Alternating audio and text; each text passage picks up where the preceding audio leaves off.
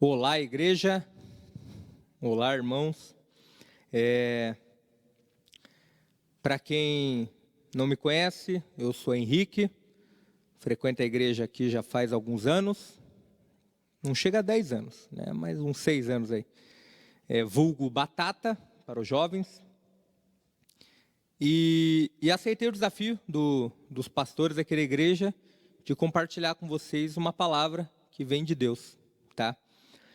Antes de eu começar, eu quero compartilhar com vocês algo que eu tenho aprendido com Deus, de nos achegarmos verdadeiramente a Ele e reconhecermos as nossas falhas, tá? Porque nós temos um grande problema, e quando eu falo nós, eu falo a partir de mim. Eu tenho um grande problema, muitas vezes faço isso, que é chegar diante de Deus e já começar, Deus, olha, me perdoa porque eu fiz isso, fiz isso. Como se eu tivesse o poder de sondar o meu coração, como se eu tivesse a capacidade de entender todas as minhas falhas, né, e já chegar falando para Deus. Só que esse poder é dele também, né?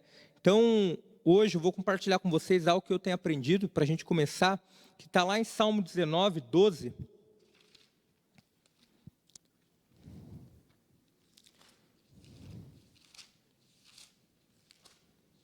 Salmo 19, 12. E diz assim: quem há que possa discernir as próprias faltas? Absolve-me das que me são ocultas. E em outras palavras, em outras partes da Bíblia que Deus fala, né? Quem poderá me conhecer, né? Quem sonda o meu coração. Então, eu quero praticar com vocês aqui que o Espírito Santo, com a liberdade e o poder que Ele tem, a onisciência que Ele tem, Ele venha sondar os nossos corações e que venhamos realmente ser lavados, tomar posse do sangue de Cristo, que nos lava e nos redime de todos os pecados, para que possamos entrar com autoridade, com intrepidez na sala do trono, no Santo dos Santos. Amém? Então, vamos fechar os olhos e vamos agora deixar o Espírito Santo agir. Espírito Santo, a nossa mente é tua, nossa alma é tua, e nós podemos ter consciência de algumas faltas nossas, de alguns erros que cometemos, mas é você, Espírito Santo, que nos convence do pecado, da justiça e do juízo. Espírito Santo, traz em nós, revela a nós e nos gere o verdadeiro arrependimento, nos ajude a gerar o verdadeiro arrependimento, para que possamos desfrutar verdadeiramente do sacrifício de Jesus naquela cruz e possamos entrar com intrepidez na sala do trono, no Santo dos Santos, alvos como a neve. Deus, em nome de Jesus, que pagou por nossos pecados, nos perdoe. Nos perdoe por aquilo que está oculto, que nós não tomamos consciência. Nos perdoe.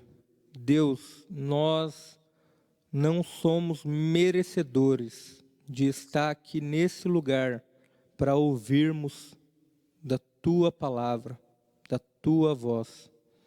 Mas também não queremos ter medo de entrar nesse lugar, porque Jesus, Ele morreu para nos dar livre acesso à sala do trono. Em nome de Jesus, que lhe pedimos perdão e que o sangue de Cristo nos lave. Tomamos posse desse sacrifício de Jesus e agora, com autoridade e ousadia, tomamos posse desse lugar que o Senhor separou para nós. Em nome de Jesus. Amém. Amém. Quero compartilhar com vocês que eu até que, quando fui desafiado, eu me senti apto, né, a estar aqui compartilhando, porque sou professor, né, e gosto de falar. Mas eu quero dizer a vocês que nem o pastor, né, nenhum dos pastores aqui da igreja, ninguém que veio aqui, nem eu, somos aptos. Somos aptos a trazer a palavra de Deus, independente de quanto tempo de estudo. O que tem nos feito aptos é o sacrifício de Cristo na cruz. É por Jesus ter morrido por nós é que temos aptidão para estarmos aqui. Então é por Cristo ter pago pelos meus pecados, é que Ele me deixa aqui alvo como a neve, para compartilhar, para ser um canal do rio de águas que flui do trono de Deus. Amém. Hoje, então, eu quero compartilhar com vocês um tema que a gente abordou na escola dominical, né? Então, eu junto com a Flaviane e o Marco, né, o Marco Chiodi, nós ministramos aula na escola dominical dos jovens. E na escola dominical, esse ano, aceitamos o desafio de abordar o livro do Timothy Keller. E vou compartilhar com vocês o livro aqui. O livro do Timothy Keller, que é A Fé na Era do Ceticismo, como a razão explica Deus. E nesse livro, ele vai trazer reflexões, né, sobre fundamentos, sobre doutrinas que nós praticamos, que nós aprendemos, mas que se começarem a perguntar um pouco mais para a gente já fica balançado, né? E ele vai então se aprofundar e vai trabalhar bastante com a razão. E assim, nós não estamos aprendendo esse livro para nós sairmos debatendo e batendo boca com céticos por aí, não. Nós estamos aprendendo para nós ficarmos firmes, fundamentados, para que nós não sejamos abalados, né? Veja, como eu sei que a minha fé está bem fundamentada. Jesus, ele falou lá naquela parábola lá, do homem que praticava a palavra, que ouvia e praticava, é semelhante a um homem que construiu a água em cima da rocha, né? Que aí veio chuva forte, veio ondas, e veio vento forte, e a casa não derrubou. Ou seja, para saber que aquela casa estava bem fundamentada, teve que vir as provações. É a mesma coisa da nossa fé. A nossa fé, para nós sabermos que ela está bem fundamentada, temos que passar por provações da nossa fé, né? E sempre temos que estar pronto para darmos razão da nossa fé. E nada como então a gente estudar sobre isso. Bom, e partindo disso, eu vou começar com duas perguntas, né? Que são perguntas aí que nós já sabemos as respostas, quando eu fazer você já vai ter a resposta, só que se começar a se aprofundar mais, é capaz de ficar balançado, como eu fiquei quando eu fui estudar isso. Por que Deus tinha de morrer e por que Deus não podia simplesmente nos perdoar? Então, nós conhecemos a frase, que Deus ele morreu por nossos pecados, ok. Mas a pergunta, por que Deus tinha de morrer? Ele não podia simplesmente nos perdoar? Por que ele tinha de morrer? E aí, para a gente entrar nesse contexto, eu vou explicar um pouco sobre o perdão, tá? Então, vamos lá, o que é o perdão? Vou trabalhar com uma analogia que o Timothy Keller trouxe no livro. Então, você emprestou o teu carro para um amigo. E esse amigo, dirigindo o teu carro, deu ré e derrubou o teu muro.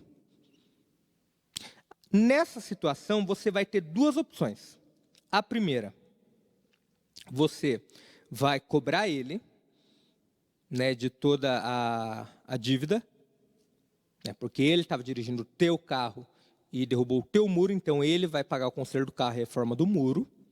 Ou você livra ele, né, fala, não, cara, pode deixar que eu pago o conserto do carro e pago a reforma do muro. Certo? Ok. A segunda opção é o perdão. Por quê? Porque você o perdoou daquilo lá, você o livrou daquela dívida. Então, quando você perdoa alguém, você abre mão do direito que você tem de cobrar ela. Você livra ela, você a deixa ausente de consequências. Você arca com o ônus, você arca com aquela consequência, né? Então, o perdão é isso, é você abrir mão do teu direito de cobrar e assumir aquela dívida, assumir aquela consequência. Doa o quanto vai doer, você assume. Então, esse é o perdão. E outro exemplo de perdão que quando eu aprendi isso aí, para mim foi maravilhoso. E aí a gente vai para a parte que é muito tocante, né, a parte financeira. Então o que acontece? Você empresta um dinheiro para fulano, tá? Lá para o teu amigo, você empresta dinheiro para ele. E aí ele não te paga no prazo que ele estipulou. E depois disso ele começa a gastar com outras coisas. O que acontece? Quando você emprestou dinheiro para aquela pessoa e ela desonrou com esse compromisso, você vai acabar julgando cada atitude financeira dela. Você vai olhar e vai olhar de cima, vai olhar com soberba e ficar pensando, nossa, ele está gastando com aquilo e não me pagou. Não acredito. E vai ficar com essa dívida. Você vai ficar tomando posse desse direito, né, que é o teu direito, né, de receber esse dinheiro, e vai ficar cobrando ele. A partir daquele momento você não vai ter mais paz, né? Então, um exemplo aqui. Vamos pegar que esse daqui é o contrato que a pessoa tem com você, tá? Então, o teu amigo, você emprestou, você fez um contrato com ele. Você fez um contrato desse dinheiro emprestado. E o teu amigo, ele não te pagou no prazo determinado, mas você tem um contrato. Então você pega o contrato e fala, ó, cara, você está me devendo. Ó, tá aqui, ó, tá assinado. E a pessoa continua sem te pagar. Então, toda vez que você encontrar ela, você vai lembrar desse contrato. Toda vez que você vê o que ela gasta, você vai lembrar desse contrato. E o que vai ser o ato de perdoar?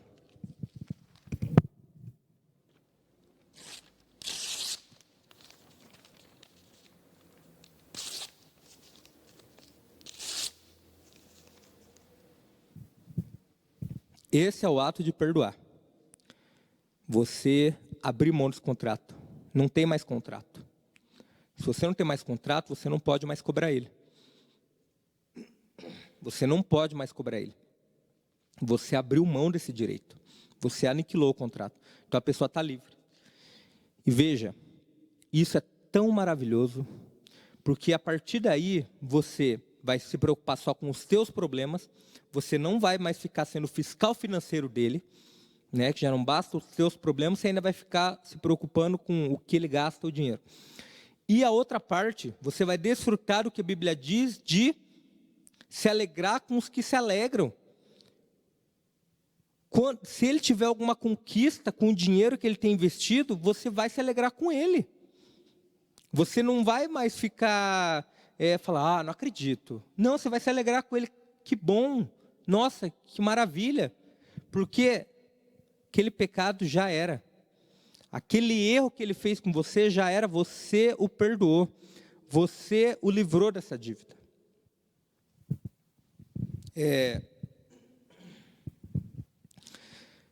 Outro livro que eu quero compartilhar com vocês é um livro que o pastor Fábio me emprestou.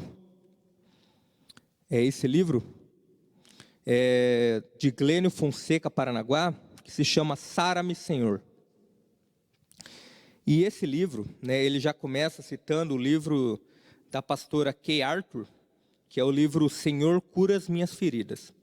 E nesse livro, ela conta a seguinte história, que uma menina chegou para ela e falou assim, ó, eu não consigo perdoar meu pai. E aí a pastora perguntou por quê. E a menina explicou que o pai dela tinha abusado dela e ela engravidou. E aí o pai dela forçou ela a abortar, ela abortou. Depois o pai dela abusou dela novamente e ela teve o filho. Só que o filho nasceu morto. E uma terceira vez ela engravidou do pai e o filho chegou a nascer e com um mês foi morto. E ela tem muito ódio do pai, porque além disso, o pai difamava ela. Falava pelos cantos que ela era uma prostituta, né, que ela não se dava o devido respeito. E quando ela foi falar para a mãe dela, o que o pai dela fez com ela, a mãe dela também não acreditou nela. Então ela sofria muito com isso. E ela falou para a pastora que não conseguia perdoar o pai dela. A pastora, com muita sabedoria e ousadia de Deus, não agiu da forma que, infelizmente, nós somos tentados a agir, que é chegar e falar, mas você deve perdoar. A pastora, com a ousadia de Deus, virou para ela e falou assim, olha, eu eu sinto raiva pelo que o teu pai te fez. E Deus também sente raiva pelo que o teu pai te fez. Então, a partir daquele momento, a menina, ela abriu os olhos para um Deus que compartilha da dor. Ela abriu os olhos para um Deus que sente a nossa dor. O Timothy Keller, ele fala no livro, né, que como ele acreditaria num Deus que fosse imune à dor? Né? Como ele acreditaria num Deus que não sente dor? Né? Deus, ele sente a tua dor, ele sente dor também.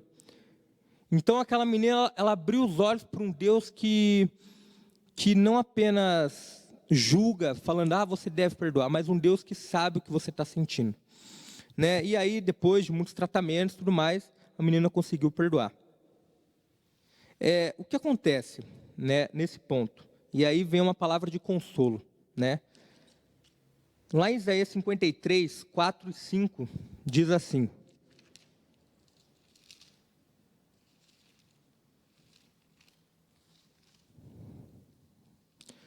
Isaías 53, 4 e 5.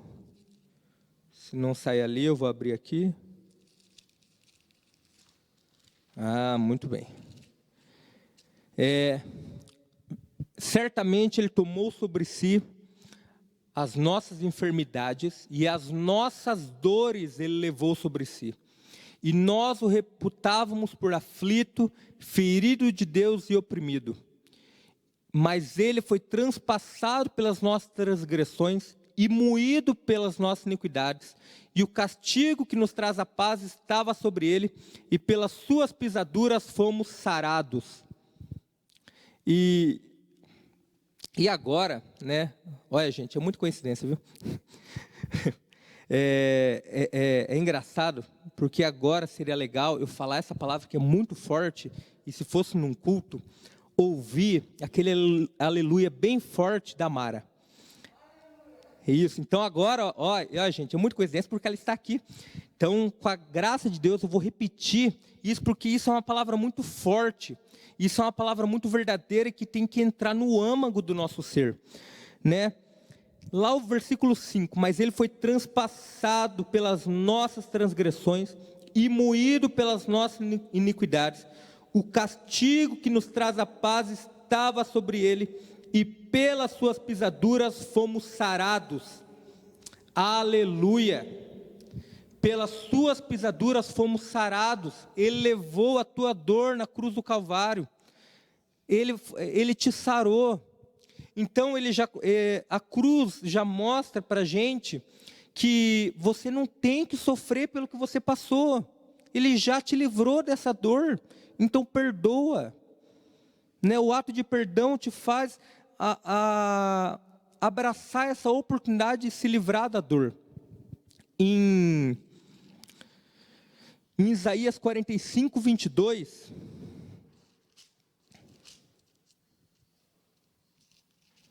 Isaías 45, 22 diz: Olhai para mim e sede salvos, vós todos os limites da terra, porque eu sou Deus e não há outro.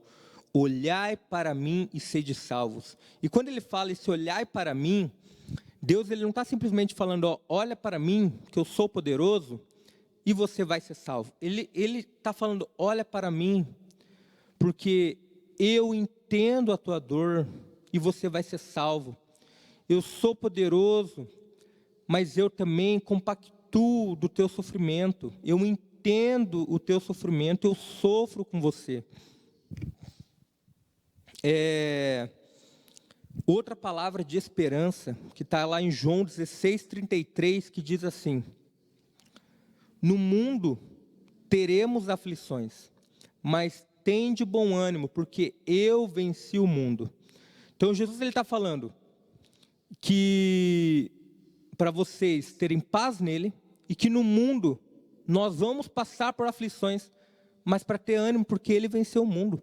Então, ele não está negando que você vai sofrer. Você vai sofrer, você vai passar por dor. Mas você vai se livrar dessa dor, porque ele já venceu o mundo. Essa dor, ela não vai te consumir.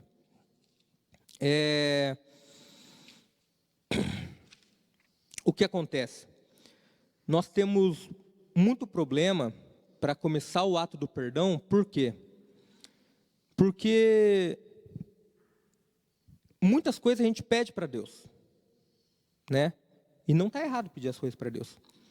Só que quando a gente pede para Deus nos ajudar a perdoar, a gente pede, mas esforçando para nós mesmos cometermos esse perdão.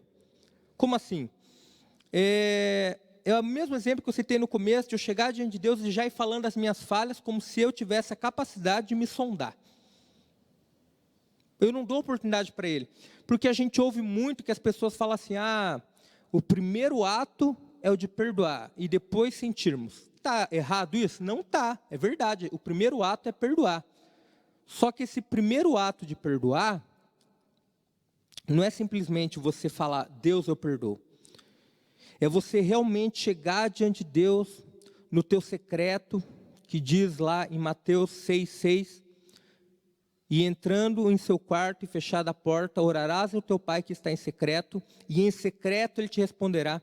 É começar com essa atitude, para ele começar a agir. E sabe, não você achar que você tem que ficar tentando perdoar. Você tem que ser sincero com Deus, você tem que falar para Deus, Deus, eu não consigo perdoar. Deus, não, e ser sincero em falar que você não quer perdoar. Você tem que ser sincero, você tem que abrir mão das tuas amarras, das tuas armaduras, você tem que chegar desnudo para Deus e falar, Deus, eu não quero perdoar, mas eu preciso, e ser sincero com Deus. Nós literalmente vivemos com máscara atualmente, né?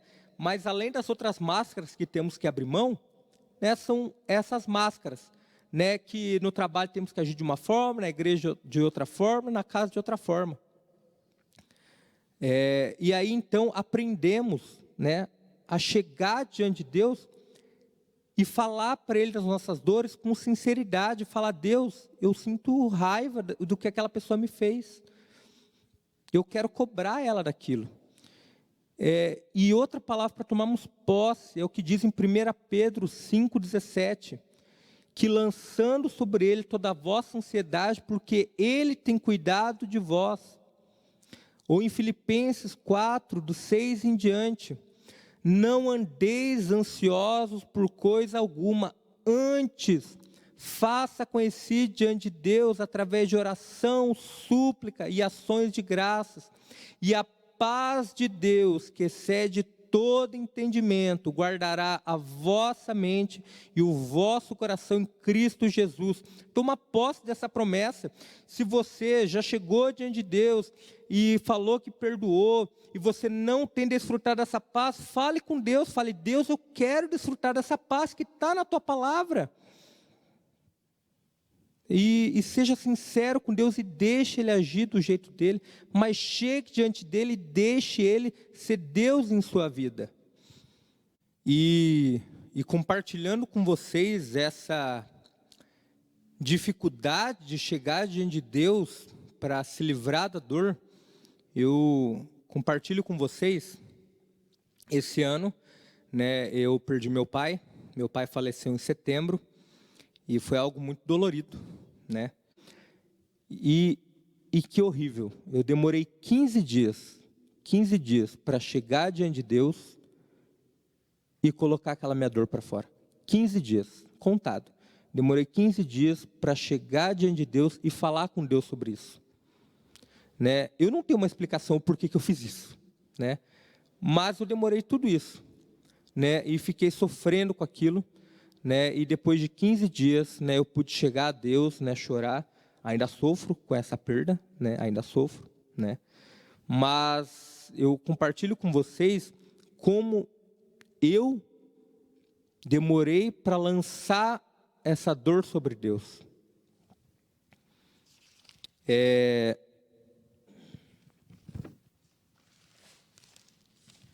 Bom, o que acontece? A gente pede, Deus me ajude a perdoar, mas na maioria das vezes nos esforçamos para isso. Nós nos esforçamos para conseguir perdoar. como assim? Nós acabamos agindo com a nossa própria carne. Não, eu vou perdoar fulano, eu vou perdoar. Como eu falei no começo, né, a questão de a gente chegar diante de Deus e já chegar falando tudo o que a gente fez de errado, como se nós tivéssemos a capacidade de sondar nós mesmos.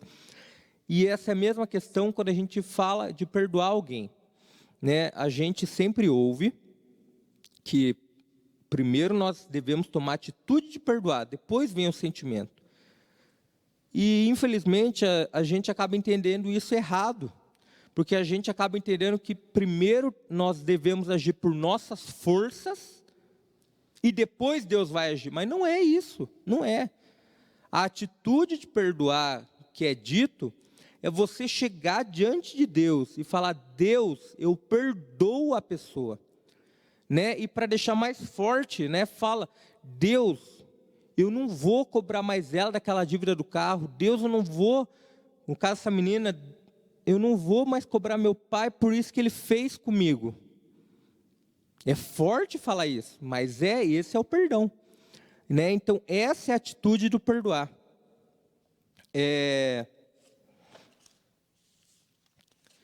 E ainda compartilhando essas palavras de esperanças, né, que Deus ele nos traz sobre essa questão da ferida a ferida que alguém causou em nós, né, o sofrimento que nós temos por algo que sofremos. Lá em João 16:33 diz assim: tende ânimo, no mundo tereis aflições, tende ânimo, porque eu venci o mundo. No mundo tereis aflições, mas tende bom ânimo, eu venci o mundo.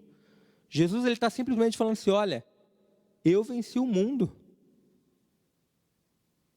Você vai ter aflições no mundo, mas eu venci o mundo já. Eu assumi o teu papel e fui na cruz. Eu sofri por você e eu venci o mundo.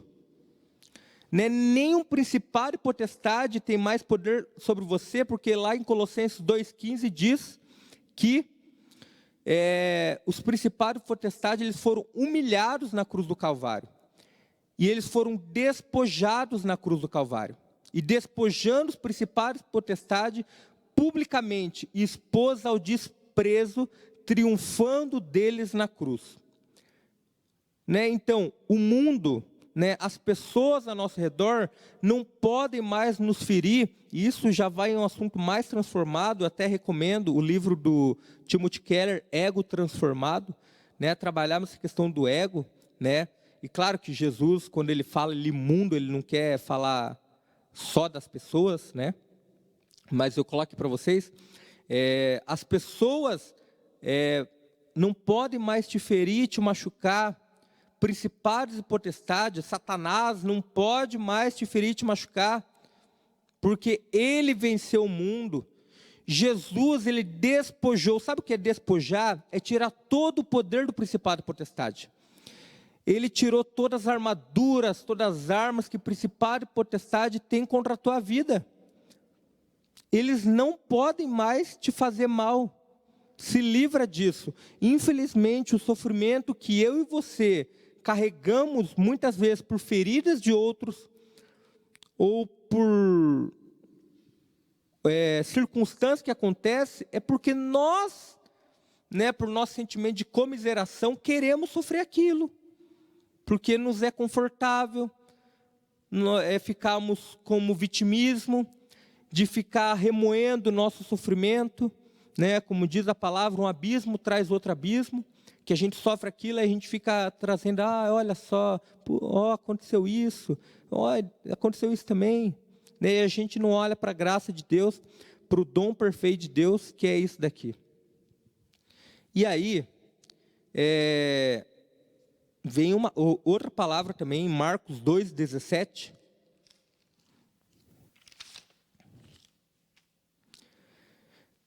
Tendo Jesus ouvido isso, disse-lhes: os sãos não precisam de médico, e sim os doentes. Não vim chamar justos, e sim pecadores. Ele veio para os doentes e não para os sãos. Então, se você não consegue perdoar, se você sente muita raiva por aquela pessoa que fez algo contra você, você está pronto para Jesus. Se você sente muita raiva, é você que Jesus quer. Ele veio por causa de você. Ele veio por causa de mim, que sente raiva. No ano passado, né? Então, meu pai estava lutando contra o câncer. Ele já estava bem mal, né, já estava bem enfermo. Mas ele ainda conseguia, né, fazer algumas coisas, como dirigir. E, infelizmente, dirigindo, ele bateu o carro, né? E aí ele caiu num golpe, né? Um cara estelionatário, né? Isso não é uma acusação, foi tido na polícia mesmo que ele era um estelionatário fugido, né? Foragido, né? A palavra, né? Um estelionatário foragido. E enganou meu pai e tudo mais, né? O resumo da obra, ele fez meu pai desembolsar R$ 3.000, meu pai e minha mãe. E, gente, eu nunca tinha sentido uma raiva daquela. Eu senti uma raiva que, é sério, eu cheguei a desejar a morte dele, a pior morte para ele. Eu desejei isso. E meu pai foi muito usado por Deus, que eu compartilhei com ele isso. Meu pai, né, na época ele não estava mais falando, ele escreveu no caderninho dele, e aquilo lá foi forte para mim, que ele escreveu bem assim: você não deve desejar para o outro o que você não quer para você. Não sofra por isso. Deixa que Deus, ele age. Eu fiquei atônito, fiquei calado, e aquilo lá veio forte em mim, e com a graça de Deus, né, e o meu pai tem sido usado por Deus, eu consegui liberar perdão desse sujeito. Mas, se você então sente dor, sente raiva, deseja a morte da pessoa que te feriu, é para você que Jesus veio. Jesus veio para os doentes, não para os sãos, não para os curados. E até porque, se nós nos acharmos sãos e curados, a gente não vai ter a salvação e a gente não vai para o céu, porque se Jesus veio para os doentes e nós nos avaliamos como sãos e curados, então ele não veio para a gente, então nós somos suficientes sem ele. Lance todas as vossas preocupações sobre ele, porque ele tem cuidado de você. Em Filipenses 4:6, não ande ansioso por coisa alguma, antes faça conhecido diante de Deus, através de oração, súplica e ações de graças. E a paz de Deus, que excede todo entendimento, guardará o vosso coração e vossa mente em Cristo Jesus. Essa palavra não está ali de bonita como uma poesia, é uma promessa, tome posse, acredite. E a paz de Deus, que excede todo entendimento, guardará a vossa mente, o vosso coração em Cristo Jesus. E se você não sente que essa paz tem guardado, chegue diante de Deus e fale: Deus, eu preciso, eu quero essa paz. E claro, o momento de oração é muito importante, momento de silêncio, de você se preparar para ouvir Ele também, né? E claro, a leitura da palavra, que esse já é um meio que Ele trouxe para falar com a gente. Então, respondendo as perguntas iniciais, por que Deus tinha de morrer? Deus tinha de morrer porque quando Adão e Eva pecaram, teve uma consequência. E Deus, para ele se reconciliar conosco, ele teve que se livrar daquela consequência. Alguém teve que arcar com aquela consequência. E quem que arcou? Ele mesmo. Ele mesmo arcou com a consequência do erro nosso.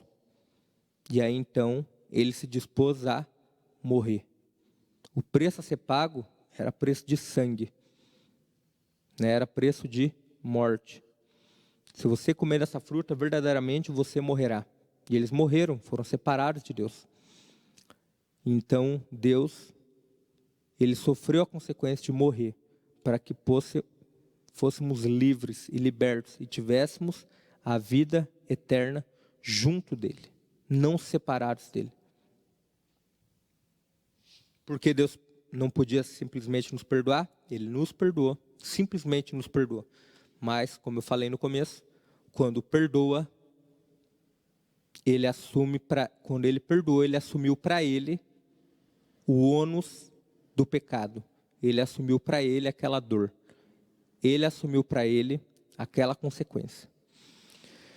Amém. Eu quero orar com vocês agora sobre essa palavra e eu creio que o Espírito Santo agirá de forma intensa em vosso coração, em vossa mente. Eu creio que o Espírito Santo, com o poder e a autoridade dele, ele vai agir. Deus, em nome de Jesus, que viemos aqui.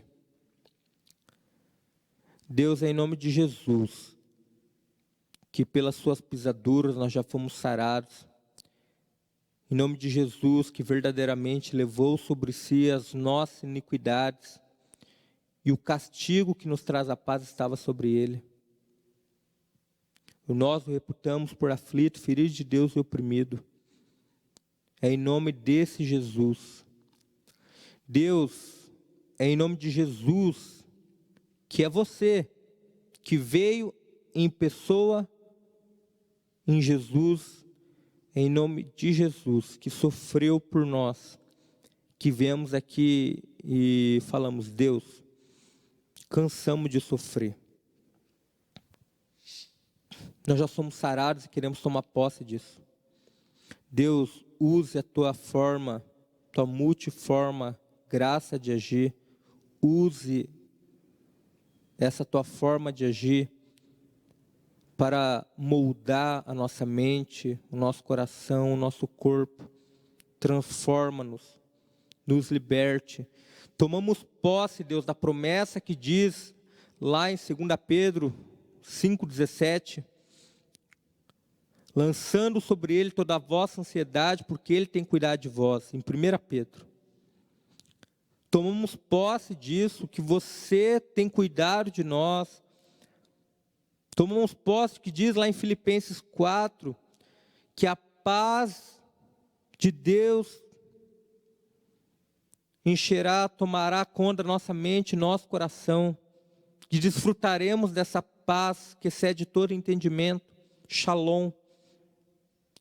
Deus, em nome de Jesus, que entregamos e falamos: Deus, nós perdoamos, nós queremos desfrutar do que é bom e agradável que o Senhor preparou para nós, da tua vontade que é boa, perfeita e agradável. Queremos desfrutar da vida e vida em abundância que você trouxe para nós, dessa plenitude em ti, desse teu melhor. Nos livre da mediocridade, de ficarmos falando pelos cantos dos outros, de ficarmos falando pelos cantos que nós perdoamos fulano, mas ele ainda fez isso, mas nós perdoamos. Livra-nos de sermos hipócritas, livra-nos, ó Deus, de sermos pessoas ranzinzas, com mágoas. Nos ajude a desfrutar da alegria que só o Senhor pode trazer. Abra nossa mente, nosso coração para as estratégias que o Senhor tem preparado. E Deus, tome posse de cada um que está ouvindo essa palavra. E daqueles que precisam, Deus, entender mais sobre o teu perdão. Em nome de Jesus, nos ajude, me ajude a perdoar. Me ajude, me ensine a perdoar, porque você sabe o que é perdoar. É em nome de Jesus que nós pedimos e agradecemos, Senhor.